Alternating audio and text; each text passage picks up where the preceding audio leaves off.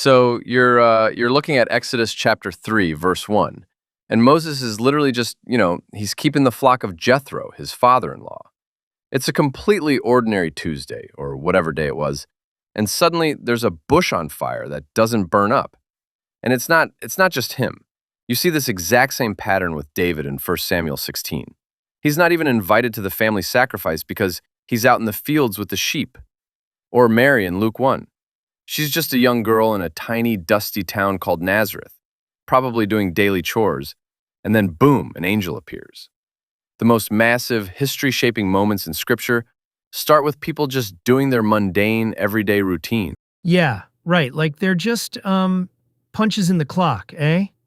No big warning, no like dramatic music playing. Just Moses chasing a runaway goat or something, and suddenly the creator of the universe is calling his name. It's kind of wild because we usually think you have to be, fully prepped.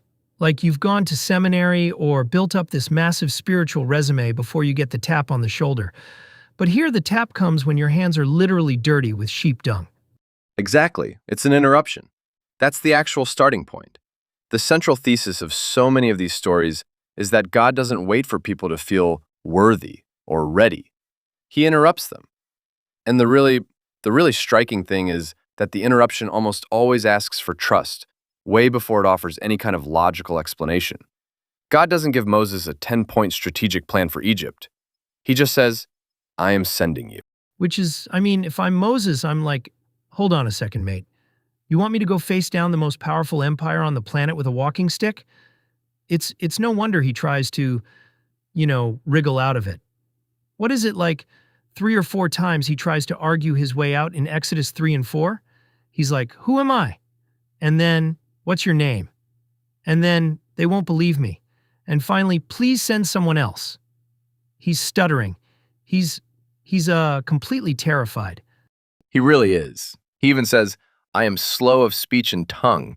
It's this incredibly raw human moment of hesitation. And that brings up this really sharp question. If God, who knows everything, keeps choosing these incredibly reluctant, hesitant people, is that hesitation actually part of the design? Like, does the reluctance itself keep them from relying on their own strength? Oh, totally. It's like, if you're too confident, you think you're the one pulling the strings, don't you? I remember back when I was, must have been 24, and I was just working on trail bikes in my shed, totally content, and suddenly I got asked to lead this local youth program. I had zero training, mate, absolutely none. I remember sitting on my toolbox, just feeling this massive weight in my stomach, thinking there is no way I can do this. That interruption, it was terrifying, but it forced me to be incredibly honest about my limits.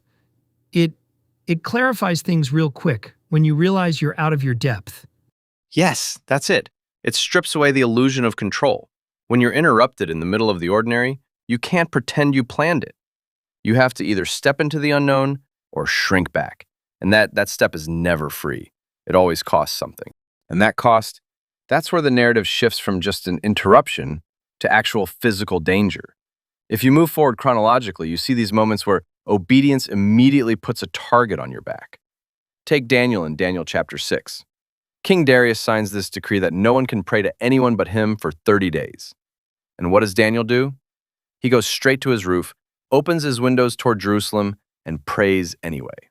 Or Esther in Esther chapter 4, risking her life to approach King Ahasuerus without being summoned, which was literally a death sentence unless he held out his golden scepter. Right, and then you've got Shadrach, Meshach, and Abednego in Daniel 3. King Nebuchadnezzar builds this massive golden image, 90 feet high, and says, bow down or get tossed into a fiery furnace. And they don't even hesitate. They're just like, our God can save us, but even if he doesn't, we're not bowing.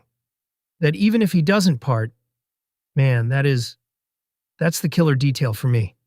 That line, Daniel 3:18. But even if he does not. It is the ultimate statement of faith because it completely decouples obedience from a guaranteed safe outcome. They don't know if they're going to burn to a crisp or walk out. They just know what they have to do. We tend to read these stories knowing the ending, right? We know the lions don't eat Daniel. We know the fire doesn't burn the 3 men. We know Esther saves her people, but they didn't know that when they took the step. Yeah, we play it back like it's a movie with a guaranteed happy ending. But in real time, they were staring into a literal blast furnace. There's no music swell, no safety net. It really challenges this assumption that, if you have enough faith, everything's going to turn out neat and tidy and painless. It's actually the opposite, isn't it? It is. True biblical courage isn't the absence of fear, and it's certainly not a guarantee of safety. It's acting faithfully when the outcome is completely beyond your control. It makes me wonder, if these stories are meant to shape how we live today, what are they actually inspiring us to do? Are they there to promise us that God will always rescue us from the fire? Or are they there to show us how to walk into the fire anyway? Because some things are worth the risk. Man, that's the real question, isn't it? It's about where we put our trust, not in the rescue, but in the one who walks in the fire with us.